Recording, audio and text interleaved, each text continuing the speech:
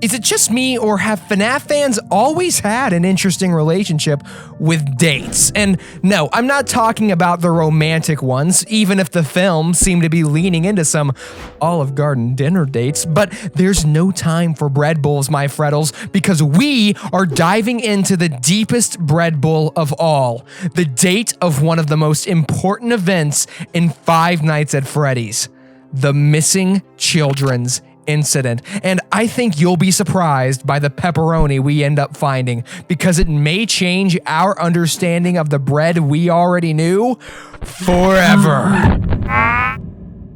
FREDD'N. Dates have always been an interesting part of FNAF theory discussions, figuring out when things take place and where exactly to place them on your very own timelines. And make no mistake, these debates have been prevalent in the fanbase since the very first game.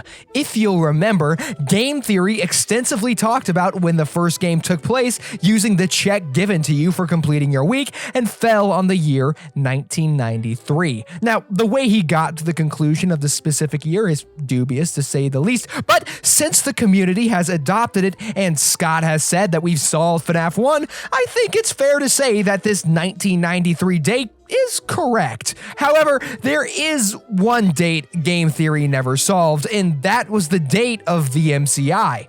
The date of the MCI has always been left in uncertainty. While the community seems to agree on one date, it never quite sat right with me. There was so much up in the air about relating things to the date that didn't seem to quite add up. It put the whole thing into a heavy question, and now, finally, today, I want to set in stone a date for the MCI, and I think the best way to start on this journey is by understanding the clear bullet points of what the MCI was to look for when finding a date. Blood from the animatronics, said by local families, as the animatronic characters at the local Freddy Fazbear's Pizza were anything but friendly. Police are investigating the claims from parents whose visit to Freddy's ended in tragedy, as 5 children had been reported missing after a visit to the beloved restaurant. We were given an exclusive image of the perpetrator of the incident, who apparently lured the children into the back room of the restaurant wearing what seems to be a suit from the much controversy-riddled Fredbear's Family Diner. Police have taken the accused into custody, and they await trial soon. Most information about the missing children's incident is actually given to us in the very first FNAF game. Using this information, we can deduce what knocks something out of being the MCI. So what exactly does the first FNAF say? Well, in the first FNAF, we can receive Easter eggs of newspaper clippings in the east hallway corner. The earliest reading saying, "Kids vanish at a local pizzeria. Bodies not found." 2 local children were reportedly lured into a back room during the late hours of operation at Freddy Fazbear's Pizza on the night of June 26th. While video surveillance identified the man responsible and led to his capture the following morning, the children themselves were never found and are presumed dead. Police think that the suspect dressed as a company mascot to earn the children's trust. So already, we can deduce some information about the MCI. The kidnapper was caught on camera luring 2 kids at Freddy Fazbear's Pizza. The kidnapper used a mascot suit, which we would later learn was the Spring Bonnie costume. And finally, and most importantly, the event occurred on June 26th. That last point is very important because not only is it an actual day and month, but it's also something we can compare if we are given a month in the future.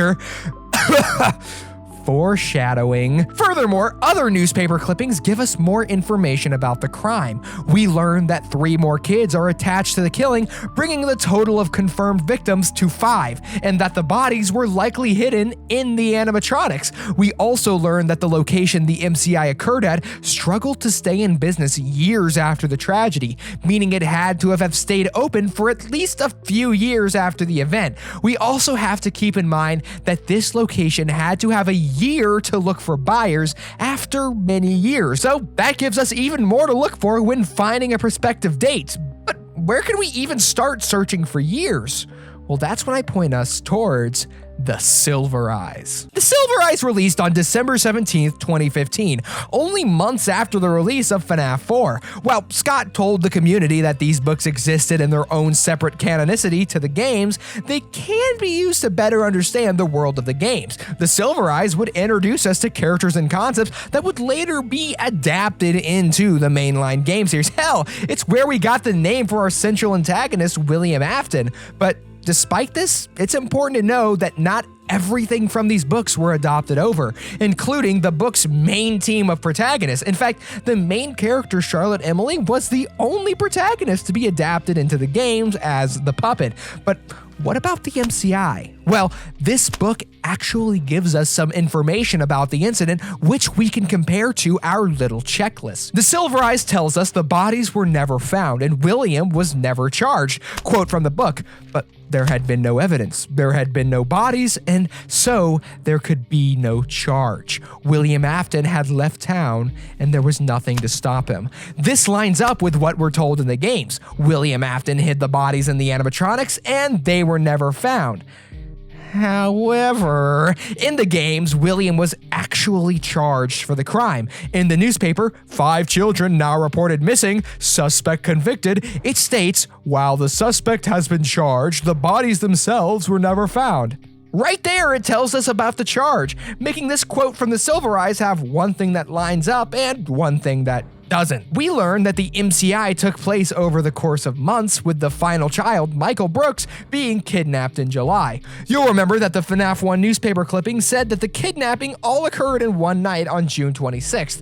This is a very clear complication. How can we trust any information about the year of the MCI if the book contradicts information we have about the date in the games? And I bring this point up specifically because the book does give us a year for the MCI. The Silver Eyes gives us the date of 1985. So, boom, we have a date.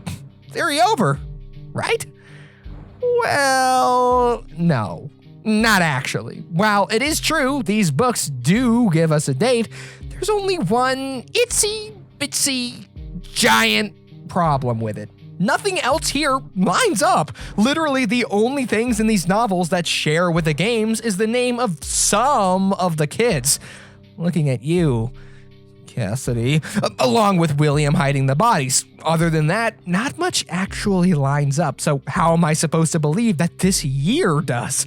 Well, I don't want to fully discredit this year yet, because it does appear somewhere else.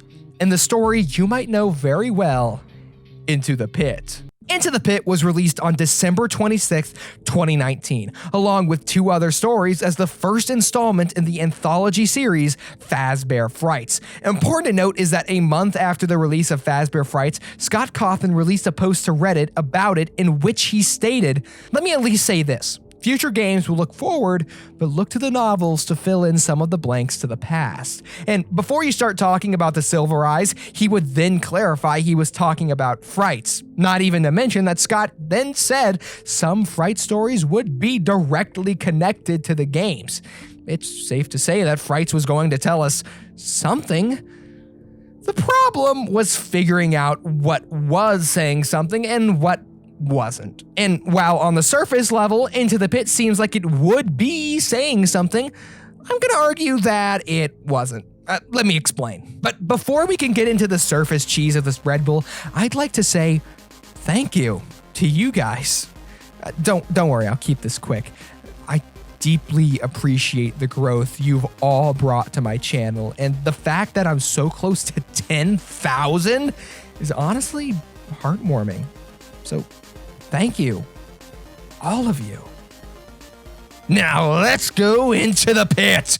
Into the Pit follows our main character, Oswald, who, after having his friend leave town, is left to a boring summer spent at the library and Jeff's Pizza. And hey, Oswald, I have a gripe with you already, because the library is not boring, kid.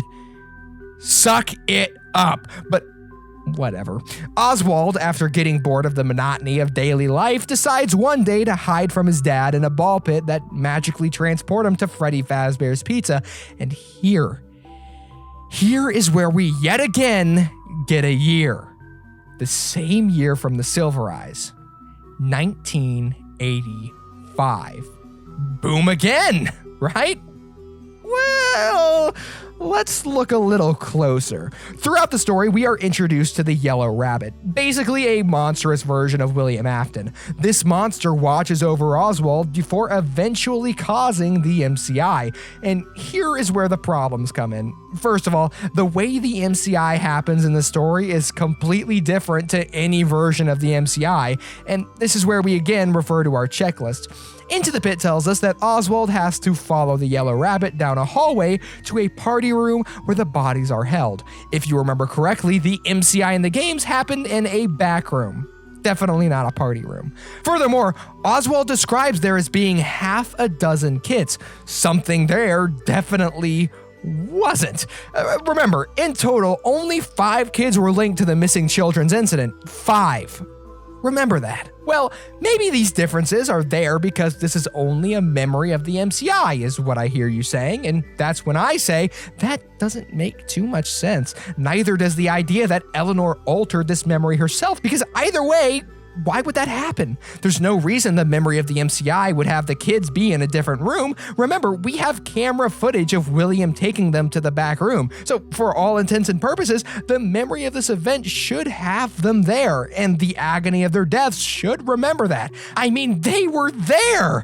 As for Eleanor, I don't see any reason for her to alter that. It wouldn't make sense in character for her to do this. This point is less valid than the others, and I'll explain why, but it's also notable to mention that there is a mass panic when the kids died, almost as if they knew they died / somebody saw the bodies, something that would defeat the entire purpose of this even being an MCI. They aren't missing children if they know they died. It would be a dead children incident.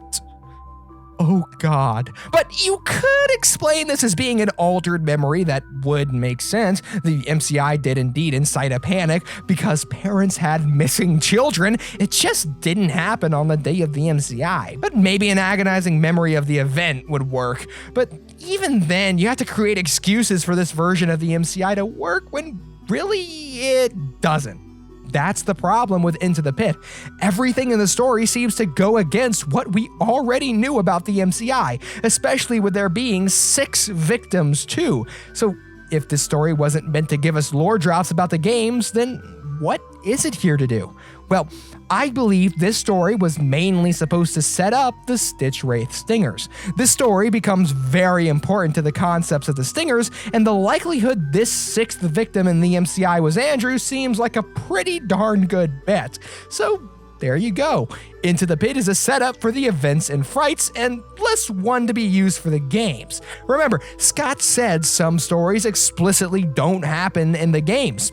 This is one of them.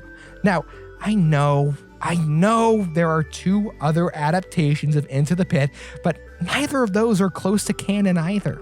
Return to the Pit complicates things even further with there being callbacks to frights and having a victim days before the MCI happens. Remember, on our checklist, the MCI occurs on a single day, so it would make no sense for a memory of the event not to have the same details. It would immediately make this version not canon, even if it was Eleanor, considering she's not even in the games. And the Into the Pit game has most of the problems with the original Into the Pit story, along with added complications of the layout of Freddy's not making sense for the Freddy's we know. Yes, even when we add into account the boarded up rooms introduced from the week before. All this goes to say, there's really no canon basis for the year 1985 to stick on. It simply doesn't add up any way you slice it. But that has me wondering if there is a date that does. And Freddles, oh my Freddles, the idea that is going to be presented might be a little out of left field. You may not like it, but it may be our canon date for the MCI, and to learn about it, we need to go all the way back to 2015 and talk about Fnaf 4. Five Nights at Freddy's 4 was and will always be a pretty controversial game in the franchise. To this day, people debate over what the game was trying to tell us, coming up with explanations years after its release, and no parts of this game are less controversial than the protagonist of the minigame sequences, the crying child.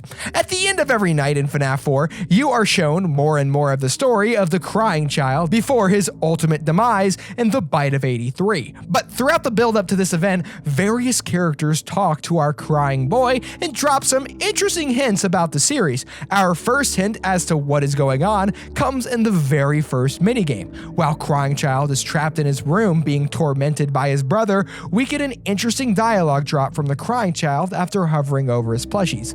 These are my friends. You could view this as him saying the plushies of these characters are literally his friends, but fast forward to night 3 and things get interesting. Our possessed Fredbear plush speaks to us, warning us not to go deeper into the restaurant due to something we saw. This is expanded upon when we try to leave and a performer blocks the exit. Our Fredbear plush warns us of knowing what will happen if the performer catches up to you, directly telling us the crying child has seen something related to a character catching a child. Crying child runs towards the stage, but is too scared of Fredbear and Spring Bonnie to continue. When the performer catches up, he breaks down in tears. On the next night, things become way more clear. Crying Child escapes Fredbear's and talks to the children who are in the neighborhood. One of these children has a very interesting thing to say. She speaks of animatronics coming to life at night, and that the people who see these animatronics are killed and get hidden away.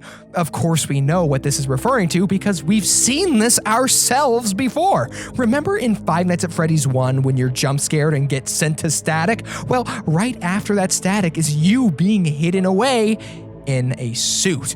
Animatronics coming to life, and those who see them dying and getting hidden. Apparently, this has happened enough by this point for it to become a rumor, but that wouldn't make sense unless the animatronics are possessed by this point, and you'd be right, because by this point, they are.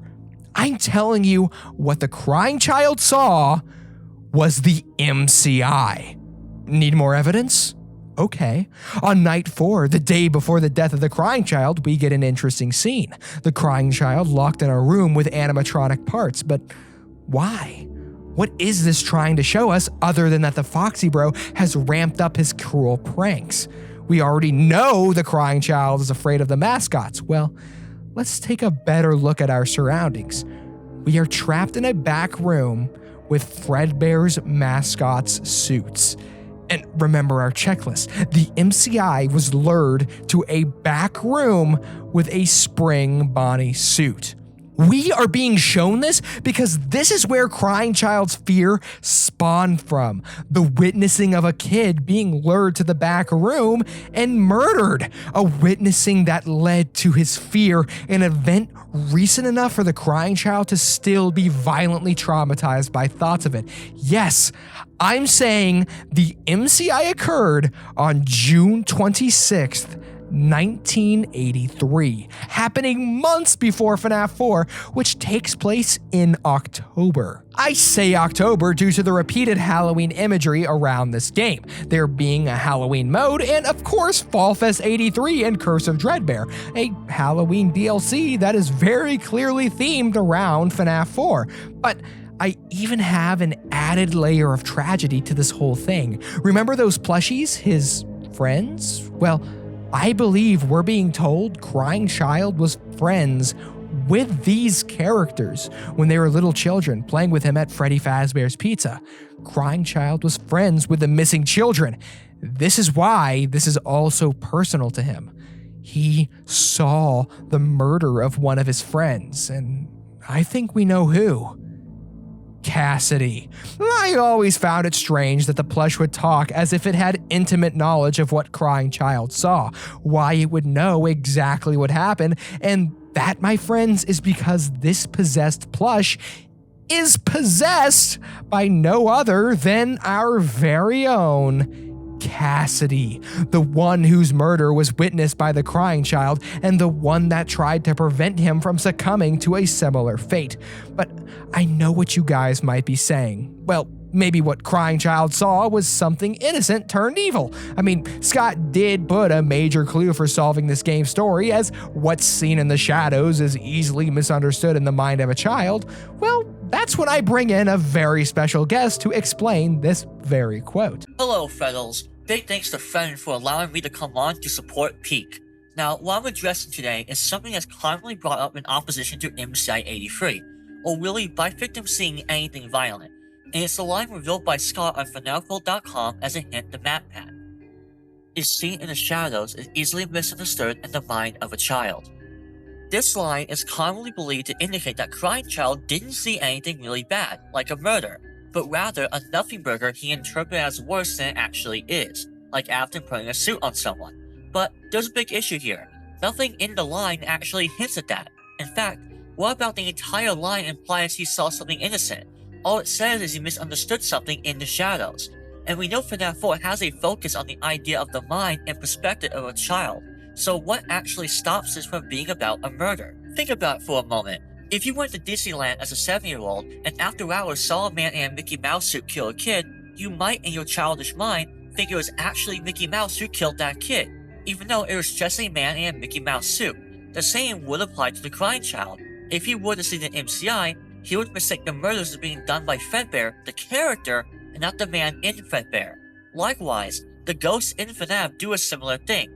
They perceive Springbody, the character, as their friend who helps them, not realizing it's a man in the suit who happens to also be their killer, like in the movie and the novel trilogy. If the crying child was only scared of William or someone else putting a suit on someone, why doesn't he get scared when he sees William doing exactly that in the background? This means what he saw wasn't something innocent as some say. Instead, it just means the bite victim saw the murders in the shadows and believed the Springlock characters themselves were the culprits when it was actually just a purple guy wearing their suits. That was his misunderstanding. But regardless, big thank you for Fred for having me on. Let's hand it right back to him. And there you have it. But there's one more thing I want to talk about that really solidified the connection to the MCI this game has, and that's from the show Fredbear and Friends. If you didn't know, on night 3, when you get back home, you can trigger an Easter egg of Fredbear and Friends, where you see a very specific set of characters. First, you get Fredbear and Foxy. Then the rest follow suit. You might wonder why I'd bring this up. Well, if you think back to the newspaper retellings of the MCI, you'll remember that William was caught on camera luring 2 kids first. These 2 kids are Fredbear and Foxy, with everyone else following suit. So yes, I believe the best date we land on for the MCI in the games is in 1983. It just seems to fit in so perfectly, so nicely. But what do you think? Do you disagree with the idea? Do you have good counter arguments? Well, let me know down below, and thank you so much for watching.